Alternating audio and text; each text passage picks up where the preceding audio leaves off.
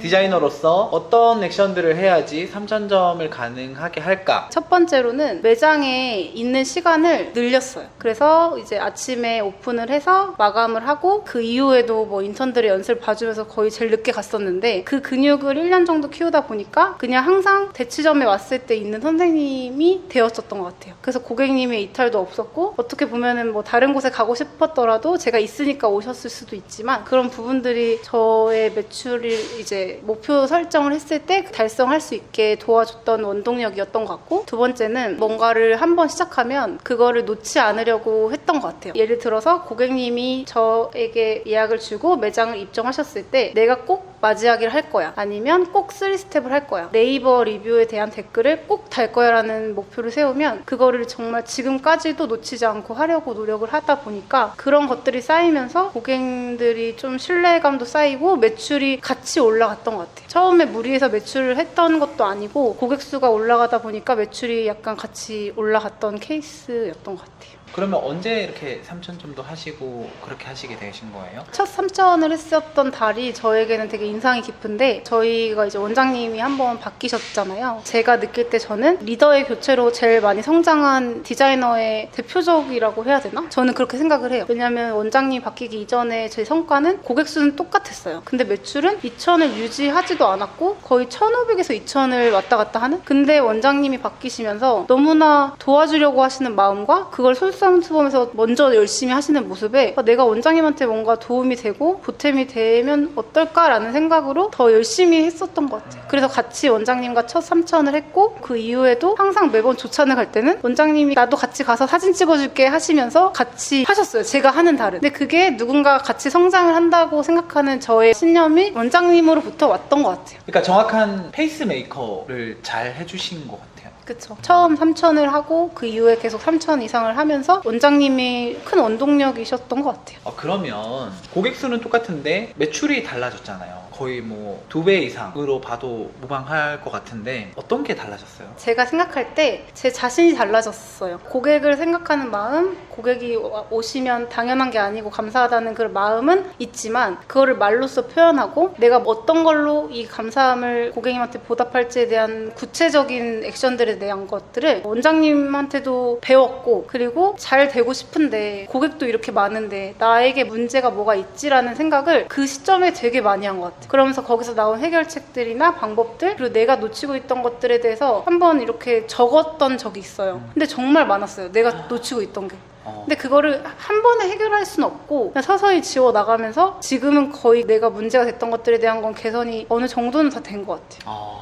그거 조금만 더 자세하게 얘기해 주실 수 있어요? 내가 놓치고 있던 부분들 어떤 게 있었고 어떻게 개선하셨는지. 우선은 더 성장하기 전에 저를 봤을 때 고객님한테 무언가를 권했을 때 고객님이 노를 하면 그거에 대해서 뭔가 힘들었던 것 같아요. 왜 내가 추천해준 디자인을 거절하지? 내가 정말 이분을 위해서 이렇게 열정적으로 말을 했는데 그냥 너무 고민 없이 싫다고 할 수가 있지? 하면서 그런 말들로 상처를 받기도 했고 내가 점점 자존감이 낮아졌었던 것 같아요. 우선 원장님이 너무 에너지 있게 고객님들한테 표현하고 고객님이 노를 해도 너무 쿨하게 그럼 다음에 하세요. 괜찮아요. 오늘 시간이 안 되시죠? 그럼 예약 잡아드릴게요 하면서 오늘 하지 않지만 다음에 언제든 할 수 있게 기회를 너무 편하게 열어주시는 거예요. 그 모습을 보고 바로 저도 따라했죠. 저는 스펀지같이 흡수를 잘해요. 근데 원장님 같은 좋은 소스들이 가득한 분을 만나니까 제가 흡수할 게 너무 많았던 것 같아요. 그러네요. 그래서 제가 하고 있지 않았던 것들을 하고 있었고, 무엇보다도 인턴과의 관계십에 있어서 예전에는 그냥 나를 도와주는 친구, 나 대신에 내가 힘든 것들을 해결해주는 정도의 모습으로 인턴을 대했다면 지금은 같이 가는 사람, 내가 성장시켜야 되는 사람, 그리고 내가 이 친구들을 디자이너 됐을 때 나보다 더 잘 됐으면 좋겠는 사람으로 키우기 위해서 인턴들 교육과 인턴들을 대하는 거, 그리고 그 쉬는 날에도 뭔가 챙겨주면서 같이 시간을 보내려고 했었는데 그걸 통해서 그 인턴들이 고객들한테 표현하면서 정말 이 팀이 끈끈하구나, 뭔가 다른 다르다. 미소팀 리뷰에도 미소 실장님 팀은 항상 행복해 보여요. 바쁘시지만 항상 웃고 있는 게 신기해요. 이런 리뷰들이 그 이후부터 달리면서 인턴들도 너무 좋아하고 내 고객들이 보는 모습도 이렇게 좋은데 이걸 왜 놓쳤지? 라는 생각을 경험을 해보고 느꼈어요. 그 전까지는 해보지 않았기 때문에 잘못된지도 몰랐고 어떻게 해야 되는지도 몰랐는데 누군가 열심히 앞에서 해보는 모습이 좋다는 걸 느끼니까 그걸 바로 저도 흡수해서 했더니 다 좋아졌던 것 같아요. 내가 나를 돌아보는 기회가 없었다면 그냥 그 전에 내 모습이 최선을 다하는 건 줄 생각하고 그렇게 계속 행동했었으면 고객은 많은데 매출은 안 나오고 매장 안에서도 바쁘긴 한데 항상 아쉬움이 남는 디자이너라는 꼬리표가 있지 않았을까요? 병원에 가면 환자들이 의사한테 저 이 약으로 먹을게요. 이 약이 싸요. 저 약은 비싸서 못 먹어요 라고 하지 않지 않아요? 우리가 왜 머리를 고치는 의사라고 치면 고객의 머리가 아픈데 왜 이 약이 싸고 저 약이 비싼지에 대한 설명을 해야 돼요. 많이 아프시니까 더 비싸지만 이 약을 드셔야 돼요 라고 표현할 줄 알아야 되는데 많은 고객님들은 선택권은 고객님한테 있으니까 디자이너가 뭔가 무리한 걸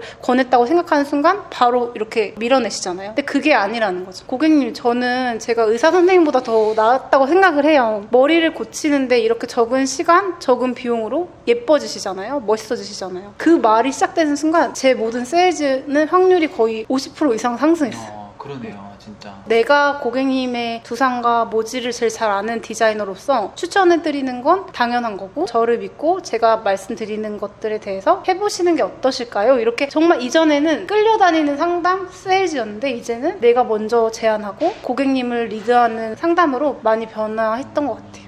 그러면서 당연히 객단가가 5만 원대였다가 9만 원대, 10만 원대, 11만 원대 이렇게 상승하면서 같이 매출이 이렇게 올랐던 것 같아요. 고객이 많은 디자이너들은 같은 생각을 할 거예요. 바쁜데 거기서 어떻게 세일즈를 하지? 바쁜데 어떻게 뭐 밥을 먹지? 내 욕구를 채워야 되고 고객님의 욕구도 채워드려야 되잖아요. 근데 보통 고객이 많은 디자이너들은 반으로 나뉘는 것 같아요. 고객이 많지만 그 안에서 여유를 찾는 사람, 고객이 많아서 지쳐서 퇴근할 때쯤은 쓰러지듯이 집에 가는 사람. 근데 저는 후자였었는데 전자로 바뀐 거죠. 내가 뭔가 고객한테 제안을 해야 되는데 상황이 너무 바빠. 근데 그때일수록 더 차분하게 목소리 톤 낮추고 천천히 얘기를 했어요. 필요한 거에 대해서 제안을 하는데 내가 서두르거나 주변이 부산스러우면 이 듣는 사람도 얼마나 불안하겠어. 그래서 오히려 드라이기 주변에 다 내려놓고 의자에 앉아서 천천히 얘기했어요. 진짜 이건 꼭 전달해야 되는 내용이라 제가 좀 천천히 얘기해드릴게요. 그 순간 고객님이 조금 압도당하시는 것 같아요.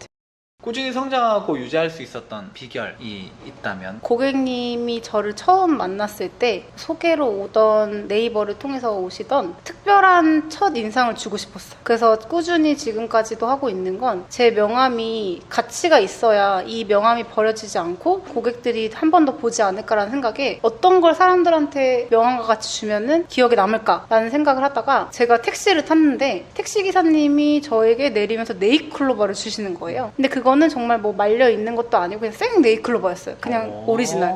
근데 이걸 저한테 왜 주세요? 이랬는데 좋은 하루 되시라고요. 오늘 행운이 많으실 거예요. 이러면서 주시는데 그걸 딱 받고 택시를 내렸는데 그냥 굳었어요. 나 이거 처음 받아봤거든요. 태어나서 네잎클로버. 그래서 이거다. 내가 내 명함과 네잎클로버를 어떻게 콜라보해서 드릴 수 있는 방법을 생각해보자. 그래서 이제 인터넷에 검색을 했더니 네잎클로버를 이렇게 포장해서 판매하는 데가 많더라고요. 그거를 사서 제 명함을 거기 끼워서 근데 그거로 끝나기엔 아쉬운 거예요. 뭔가 감성 멘트가 필요했어요. 그래서 어떠한 내용을 다 개인에 쓰고 마지막 멘트에 고객님이 저를 만나러 오시기까지 수많은 미용실을 거쳐 오셨을 텐데 저에게 머리를 하게 된 고객님은 정말 행운인 것 같아요. 네잎클로버의 행운이라는 의미를 그 글귀에 넣으면서 약간 피식 웃게 하고 싶었어요. 그러면서 이름은 미소인데 행운을 가져다 준다니까 제 이름과 그 네잎클로버의 의미가 너무 좋은 거예요. 그러네요, 진짜. 그래서 그렇게 말하면서 마지막엔 다시 겸손하게 앞으로도 최선을 다해서 고객님이 불편하신 부분이 없이 항상 마음에 들게 잘 해드리도록 노력하겠습니다. 이렇게 글을 항상 써서 네잎클로버의 고객님 성함과 윗부분은 그분의 간략한 에피소드를 넣고 밑에는 그 똑같은 멘트로 마무리했는데 그걸로 정말 소개 고객님이 많이 왔어요. 아, 정말요?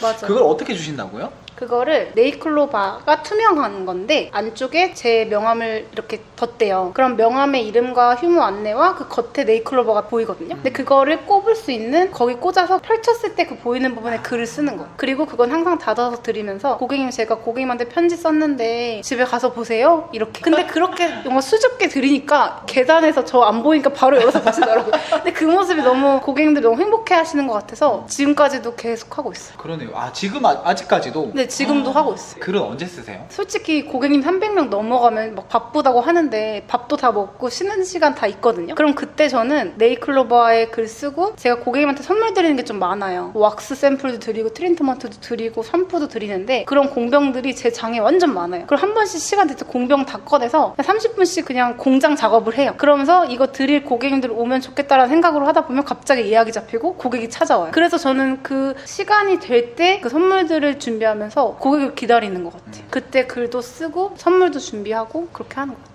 제가 신입 디자이너 때부터 선물을 되게 많이 드렸는데 항상 챙기는 게 새해 선물이에요. 왜냐하면 저는 항상 한 해의 시작이 나와 함께 해주시는 거에 감사함을 느끼는데 그거에 대해서 항상 표현하고 글을 꼭 모든 고객님한테 편지를 쓰거든요. 그래서 선물 준비랑 편지를 연말에 항상 하는데 그때 그 편지를 받고 선물을 받은 분들이 절대 잊지 못하세요. 왜냐하면 항상 듣는 말은 저한테 2년이 된 분들은 두 번째 받으신 거고 10개월이 되신 분들은 처음이신 거거든요. 그럼 그 고객님이 저한테 20년, 30년 미용실 다녔는데 손편지를 주면서 새해 선물 해주는 선생님 처음 봤어요. 근데 그 내용에 너무 감동이고 정말 생각보다 연령층이 있으신 분들이 감동했다고 너무 오랜만에 손편지 받았다고 하시는 걸 보면서 내가 정말 손녀딸같이 자식같이 그렇게 예뻐 보이셨겠다. 그래서 더 가족들을 데리고 오시고 친척들을 데리고 오시고 새해 선물이 끝나면 2월, 3월은 소개 고객이 정말 많이 와요. 제가 바라고 한 건 아니지만 이런 걸 준비하는 마음에 감사하면 고객들도 자기 뒤에 숨어있는 소개 고객들로 표현을 해주시는 것 같아요. 저한테 도와주고 싶은 마음을 그렇게 표현을 해주신 것 같아요. 항상 일하기보다는 편지지랑 제가 드릴 선물들은 항상 구비를 해놓고 그냥 그 분을 위해서 편지를 쓰는 거예요. 똑같은 멘트나 형식적인 게 아닌 고객님 아까 대화를 하면서 이런 얘기를 했는데 저도 속상하더라고요. 고객님 지금 케어받고 계신데 받고 나오셔서 집에 가실 때 이거 드리려고 저 편지 쓰고 있어요. 이렇게 쓰니까 고객님들이 그걸 리뷰에 또 쓰세요. 선생님이 이런 내용으로 편지 써줬다. 그럼 또 어떤 분이 저는 왜 편지 안 써주세요? 근데 그걸 줬을 때 그분의 반응이 저는 더 행복한 것 같아요. 왜냐면 줬을 때 그걸 받고의 표정? 그게 막 너무 좋은 것 같아요. 그게 정말 선물을 줬을 때 주는 사람의 행복인 것 같아요. 맞죠. 그러면 편지 말고 또 드렸을 때 고객님께서 참 좋아하시더라 이런 게 좀 기억에 남는 게 있나요? 저는 샘플이 필요하다 생각해요. 제가 진짜 벤치마킹 한 거는